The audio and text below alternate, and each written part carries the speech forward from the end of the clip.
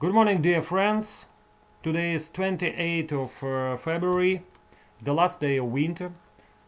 And yesterday, as you know, Jerome Powell um, appeared in front of Financial Services Committee of the House of Representatives in the United States with his speech regarding United States economy and future of monetary policy in the United States. As you know, the speech was more or less neutral from our point of view.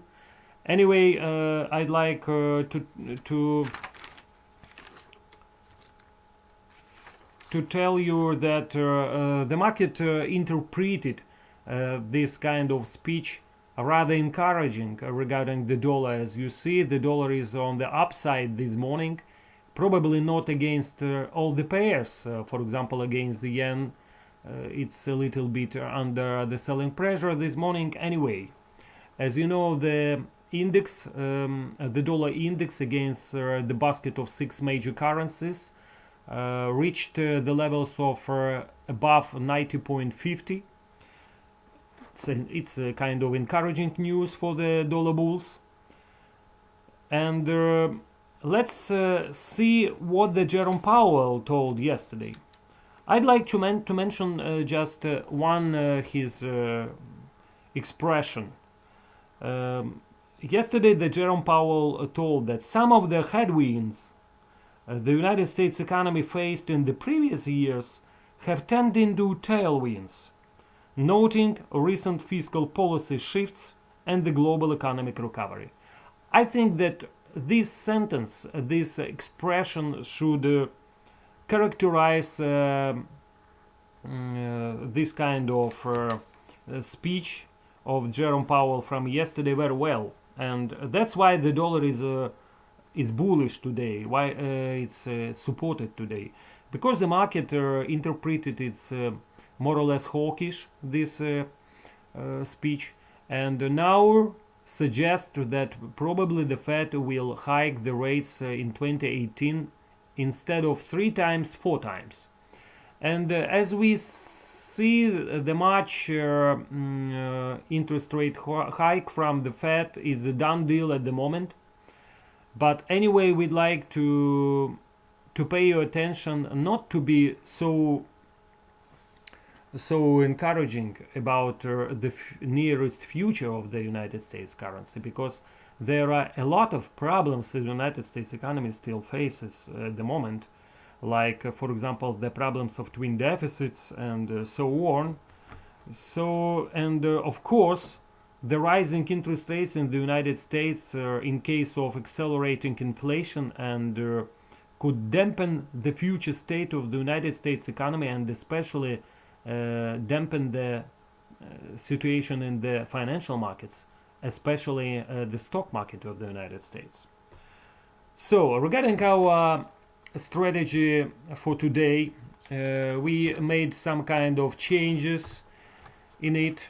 As you can see, we're still ready to buy the euro dollar, but 22.10 with a very close stop loss. But of course, we suggest some vigilance here because of the looming elections in the in Europe.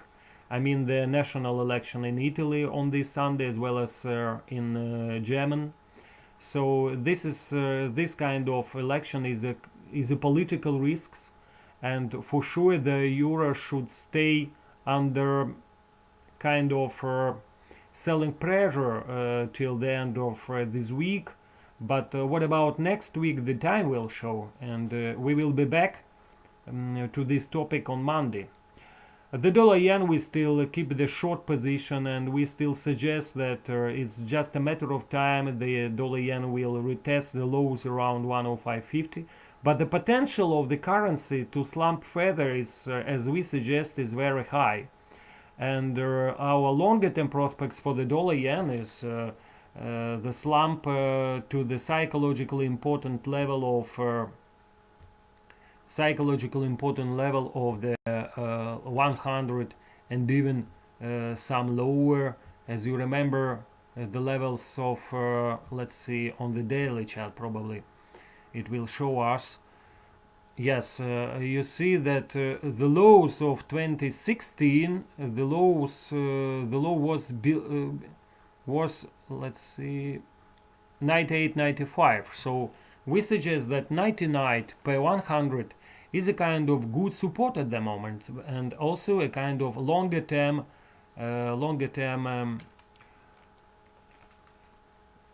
goal for the current slump of the dollar yen. So we pay your attention on this kind of potential to the downside of this currency.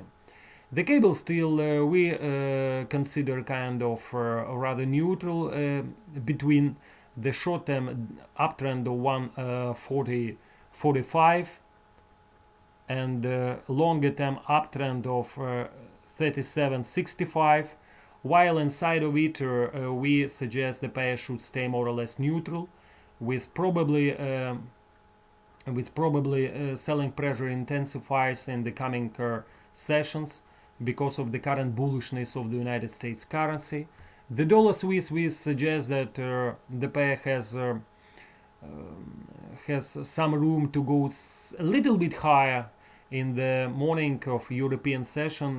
That's why we are ready to resell the dollar Swiss at 94.30 with a stop above the February highs of 34.70. Australia dollar, we still keep the long position with a close stop loss below 77.55.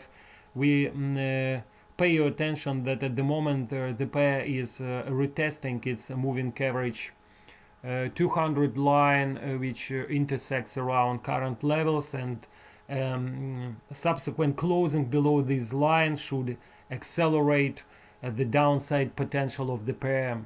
The New Zealand dollar, we close our position at 72.70 as promised yesterday with a very small stop loss, but now we are ready to buy the pair in a possible slump to 71.72, where is a moving average 200 line, daily line, and here that's why we are ready to rebuy the pair on a possible undershooting of 71.80, because we still suggest that the Kiwi still has everything in its arms to go higher from here.